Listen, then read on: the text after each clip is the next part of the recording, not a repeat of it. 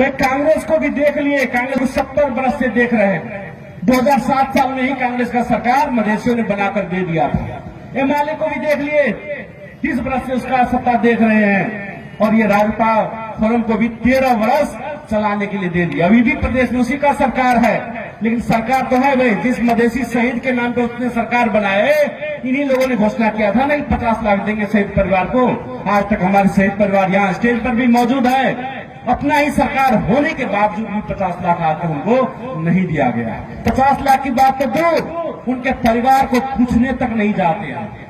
जो एक रोजगारी देना चाहिए वो रोजगारी तक नहीं दे पाए हैं। जो 10 लाख रुपया नेपाल सरकार ने दिया था, वो भी उसमें से भी कुछ पैसा यहाँ के जनप्रतिनिधि मिलकर खा गए। ऐसी अवस्था रही है शहीदों की। तो इस कारण से इन पार्टियों को भी हम सब 13 वर्ष देख लिया। और ये सब भिन्न नहीं है, ये सभी किसी के साथ यहाँ पर आकर कहते कि भाई हम ओली के खिलाफ में हैं, ओली को वोट मत दो, ओली देशद्रोही है, ऐसा है वैसा है, नस्लवादी है। जाके क्या किए? जाके उसी फोरम ने यहाँ पर वोट मांगे ओली के खिलाफ में, जाके सारे वोट को बटोर के उसी ओली के चरण में जाके डाल दिए और बन गए उप प्रधानमंत्री। ये उनसे भिन्न नहीं है, क्योंकि ये आया उसी का शिष्य है, ये ओली का शिष्य है। ये कहाँ थे? उपेंद्र जी कहाँ थे? उपेंद्र जी एमआलए के कार्यकर्ता थे, बने फिर माओवादी पद नहीं मिला तो वहां भी नहीं मिला तो बना फोरम। फोरम से भी अब नहीं चल रहा है। देखा कि बहुत धोखा दे दिए, मोरंगवासी को धोखा दिए, पहले तो वहां से भगा दिया तो आ गए सुनसरी वासी को भी धोखा दिया तो वहां से भगा दिया तो आ गया मेरे जिला सप्तरी। अब इस बार वहां से भी इसको भगा रहे तो शायद आपके जिला आ जाए। तो इसको अच्छे से पहचानना। तो ये जानते हैं ये उसी का शिष्य है, इसका पार्टी भी वही है। अशोक राय कौन है? राजेंद्र श्रेष्ठ कौन है? सभी पूर्व एमआलए। ये फोरम या समाजवादी पार्टी उसी पूर्व एमआलए माओवादी की पार्टी। इसमें भ्रम में मत होना है कि हमारे जैसा चेहरा उपेंद्र जी का नहीं। धान के खेत में जाते हैं तो धान तो होता है हरा हरा। अब हरा हरा धान के खेत के बीच में एक सांप भी होता है हरा। अब उस सांप को अगर पकड़ेंगे हरा ही समझ के, सुगवा सांप तो जानते हैं ना, धान के खेत में होता है, वो धान का रंग का ही होता है सुगवा सांप। अब उसको भी कहेंगे भाई इसका भी तो रंग हरा ही है, कहेंगे इसे पकड़ने जाएंगे वो तो डस लेगा और आपकी मृत्यु हो जाएगी। इसी तरह ये सुगवा सांप की तरह है, चेहरा मेरा हमसे ऐसा मिलता है लेकिन है उसका दूध, उसी शासक वर्ग का दूध है, उसी ओली का दूध है, उसी शासक वर्ग का दूध, और बार बार उसी के साथ समझौता करके बिकता रहा। अभी क्या किया? यहाँ पर पार्टी गठन किया मधेसियों के समेट के, और सारे पार्टी को बना के तब जाके बाबूराम भट्टराय के साथ समझौता करके उसको ही संघीय अध्यक्ष बना डाला। अभी उस पार्टी का अध्यक्ष भी वो कहाँ है? उस पार्टी का अध्यक्ष भी तो बाबूराम भट्टराय। उस पार्टी के केंद्रीय सदस्य देखिए, वेबसाइट पर मौजूद है, 5 से केंद्रीय सदस्य में देखेंगे, मुश्किल से मधेसियों का नाम उसमें मिलेगा। उससे ज्यादा मधेसियों का नाम तो लोक सेवा आयोग के लिस्ट में मधेसियों का नाम आपको ज्यादा मिलता है।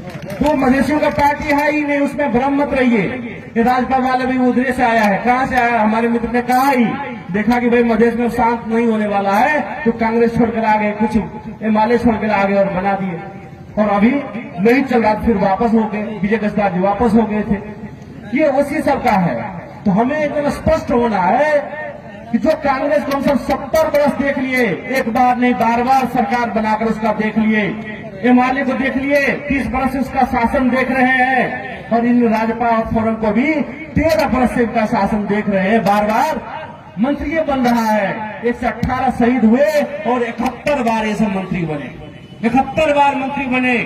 राष्ट्रपति भी मधेसी था, उपराष्ट्रपति भी मधेसी था, रक्षा मंत्री भी मधेसी था, विदेश मंत्री भी मधेसी था। मधेसी का जो मंत्री परिषद में भी एक बार बहुमत था, लेकिन इन्होंने कुछ किया नहीं। तो हमको बताइए, जो दवा आप बार बार खा चुके हैं और देख रहे हैं को कोई काम नहीं कर रहा है, 70 वर्ष से, मान लीजिए दवा, अब इस दवा को आप 70 वर्ष से खा रहे हैं लेकिन कोई फर्क नहीं पड़ रहा है, कोई इलाज नहीं हो रहा है।